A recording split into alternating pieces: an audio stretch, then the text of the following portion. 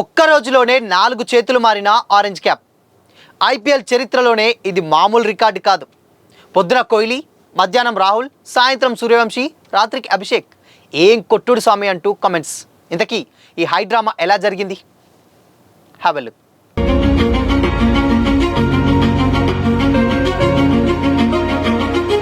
Hi, hello, welcome to Disha TV sports. IPL 2026లో బ్యాటర్ల హవా కొనసాగుతుంది. భారీ స్కోర్లను సైతం టీంలు చేస్తున్నాయి. అసలు ఒక్క రోజులోనే 4 ఆరెంజ్ క్యాప్ అందుకోవడం ఐపీఎల్ చరిత్రలోనే ఓ రికార్డుగా మిగిలిపోయింది.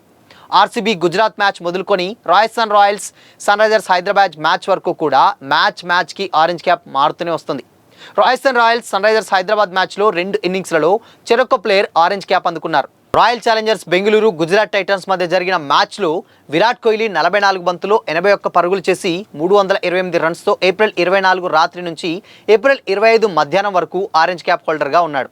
ఏప్రిల్ 25 మధ్యాహ్నం ఢిల్లీ క్యాపిటల్స్, పంజాబ్ కింగ్స్ మధ్య జరిగిన హై వోల్టేజ్ మ్యాచ్లో కేఎల్ రాహుల్ రికార్డ్ స్థాయిలో 67 బంతుల్లో 152 పరుగులతో నాట్అవుట్గా నిలిచి 357 రన్స్తో ఆరెంజ్ క్యాప్ను సొంతం చేసుకున్నాడు. కేఎల్ రాహుల్ ఆరెంజ్ క్యాప్ సొంతం చేసుకున్న హ్యాపీనెస్ కాసేపు కూడా లేకుండా పోయింది. ఆ మ్యాచ్లో ఢిల్లీ క్యాపిటల్స్ 20 ఓవర్లో 264కి 2 వికెట్లు కోల్పోయిన భారీ స్కోర్ చేసింది. అయితే పంజాబ్ కింగ్స్ ఇంత భారీ లక్ష్యాన్ని కూడా సునాయాసంగా ఛేదించేసింది. సిమ్రాన్ సింగ్, ప్రియాంశ్ ఆర్య, కెప్టెన్ శ్రేయస్ అయ్యర్ రెచ్చిపోవడంతో 18.5 ఓవర్లోనే ఛేదించేసి రికార్డ్ సృష్టించింది. సాయంత్రం వరకు కేఎల్ రాహుల్ వద్ద ఉన్నటువంటి ఆరెంజ్ క్యాప్ ఆ మ్యాచ్ ముగిసిన వెంటనే వైభవ్ సూర్యవంశీ చేతికొచ్చేసింది. జైపూర్ వేదికగా జరిగినటువంటి సన్ రైజర్స్ హైదరాబాద్తో జరిగినటువంటి మ్యాచ్లో వైభవ్ సూర్యవంశీ రివెంజ్ ఇన్నింగ్స్తో సెంచరీ మోత మోగించాడు. ఉప్పల్లో జరిగినటువంటి మ్యాచ్లో ఫస్ట్ బాలే డకౌట్ కావడంతో జైపూర్లో 36 బంతుల్లోనే సెంచరీ చేసి రికార్డ్ సృష్టించాడు. దాంతో 357 రన్స్తో కేఎల్ రాహుల్తో సరి సమానంగా నిలిచి ఆరెంజ్ క్యాప్ అందుకున్నాడు. అదే మ్యాచ్ చేజింగ్లో Sunrisers Hyderabad opener number 1 T20 batter Abhishek Sharma రెచ్చిపోయి ఆడి ఆరెంజ్ క్యాప్ మళ్ళీ తన చేతికే వచ్చేలా చేసుకున్నాడు.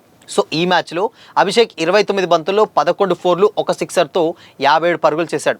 మొత్తం 380 పరుగులతో ఇప్పుడు అభిషేక్ శర్మ అత్యధిక పరుగులు చేసినటువంటి లిస్టులో టాప్ ప్లేస్లో నిలిచాడు. దాంతో ఆరెంజ్ క్యాప్ కేవలం ఒక్క రోజులోనే 4 చేతుల్లో మారేసింది. అంటే ఫస్ట్ వచ్చేసరికి ఆబ్వియస్గా అంతకుముందు జరిగినటువంటి మ్యాచ్లో కింగ్ కోహ్లీ దగ్గర ఉంది. అండ్ దాని తర్వాత ఉదయం నైట్ ఉంది. నైట్ నుంచి వెళ్ళి మధ్యాహ్నం వరకు కోహ్లీ చేతిలో ఉంది. కోహ్లీ నుంచి వెళ్ళి నెక్స్ట్ ఢిల్లీ క్యాపిటల్స్ ఆరంభంతో మెరుపు ఇన్నింగ్స్ తోటి కేఎల్ రాహుల్కి వచ్చేసింది. కేఎల్ రాహుల్ మధ్యాహ్నం మ్యాచ్ అయిపోగానే ఈవినింగ్ వచ్చేసరికి ఆటోమేటిక్గా ఫస్ట్ ఇన్నింగ్స్లో రాజస్థాన్ రాయల్స్ బ్యాటర్ వైభవ్ సూర్యవంశీ చేతికి వచ్చేసింది మ్యాచ్ ఇన్నింగ్స్ అయిపోయేసరికి. అండ్ ఆ క్యాప్ పెట్టుకొని కొద్దిసేపటికే అండ్ దాని తర్వాత మళ్ళీ అభిషేక్ శర్మ సెకండ్ ఇన్నింగ్స్లో కొట్టేసరికి ఆ క్యాప్ మళ్ళీ అభిషేక్ శర్మకి ఎట్టకేలకు చివరికి అక్కడ వచ్చి చేరిపోయింది అనమాట. సో మొత్తంగా ఒక్క రోజులోనే పొద్దున కోహ్లీ, మధ్యాహ్నం కేఎల్ రాహుల్, సాయంత్రం సూర్యవంశీ, రాత్రికి అభిషేక్ శర్మ. సో ఇలా ఆరెంజ్ క్యాప్ మొత్తం టర్న్ అవుతూ వచ్చి ఆఖరికి world number 1 batter Abhishek Sharma దగ్గర ఇప్పుడు ఆగిపోయిందనమాట.